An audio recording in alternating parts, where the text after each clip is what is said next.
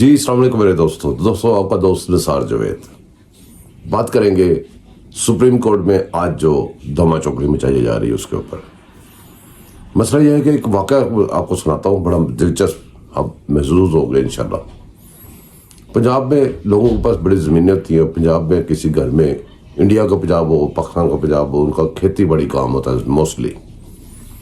تو ہوا کیا کہ کچھ دوست آ گئے, کچھ مہمان آ گئے پنجابیوں کے. تو جب مہمان آتے ہیں گاؤں میں تو سب سے پہلے ان کا کام یہ ہوتا ہے کھانا چھانا کھا کے نا تو ان کو باہر لے کے جاتے ہیں.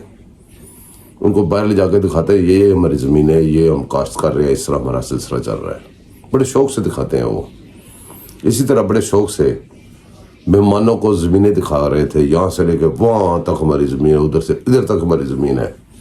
لیکن زمین مہمانوں نے دیکھی تو بنجر پڑی تھی. انہوں نے پوچھا یار آپ اس کھیتی باڑی کیوں نہیں کرتے؟ کہتے آپ بتائیں کیا کریں کھیتی باڑی. اب کماد گنا جس کو بولتے ہیں, شوگر کین, وہ بڑے پیسے ہیں اس میں, وہ لگا لیں. انہوں نے کہا لے تسی کہہ رہے جے کہ بھی وہ کھیتی باڑی دے سے وہ لا لیے شوگر کین.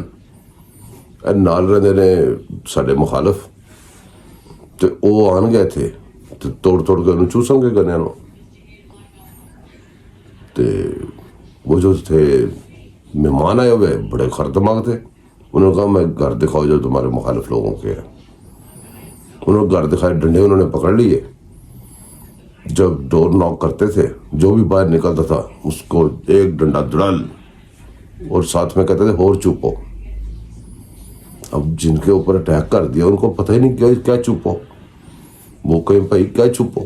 انہوں نے کہا ہم نے ادھر کماد لگانا ہے, گنا لگانا ہے, شوگر کین لگانا ہے, آپ توڑ کے چپ ہو گئے اس لیے ہم آپ کو مار رہے. سیم ہی کام.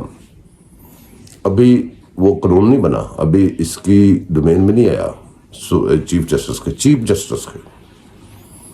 وہ اس کے اوپر بینچ بنا کے بیٹھ گیا. اور سب سے پہلی بات ہے بینچ کون سا بنایا؟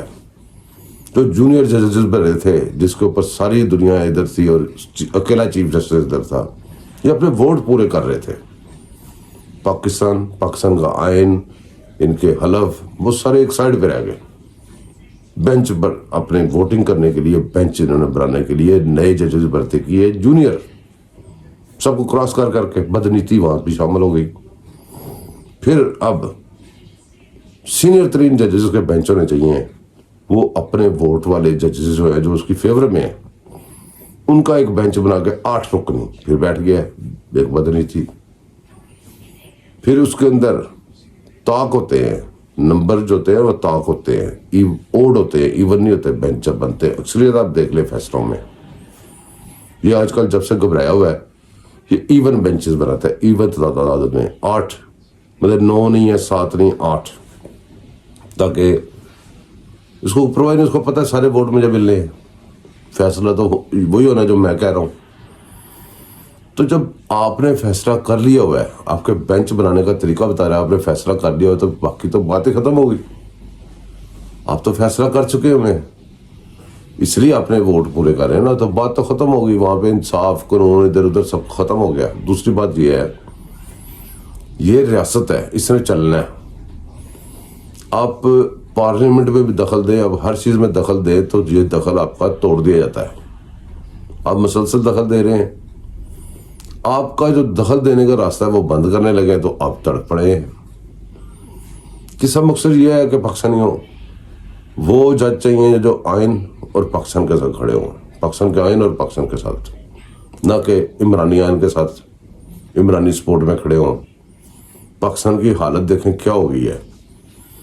یہ ان کے پروپیگنڈے سوشل میڈیا پہ ویسے چل رہے ہیں, ان کے امرانڈوز ویسے چل رہے ہیں. یہ جو بینچ ہے یہ پورا امرانڈو جج ہے, قادیانڈو جج ہے, ججز کا ٹولہ ہے سارا. اس طرح پاکستان کو روکنے کے لیے کوششیں کی جا رہی ہیں, اور دوسری سائڈ پہ پاکستان کو انہی کے پھنسائے ہوئے چکروں سے نکالنے کی کوششیں کی جا رہی ہیں. اب آپ نے فیصلہ کرنا ہے, پاکستان اور آئین کے ساتھ کھڑے ہونے والے کو ساتھ کھڑے ہونا ہے یا عمرانڈو کو ساتھ کھڑے ہونا ہے. فیصلہ کیجیے گا, دعاؤں میں یاد رکھیے گا, سبسکرائب کیجیے گا. ملیں گے پھر انشاءاللہ اگلے ویلاگ میں. اللہ حافظ.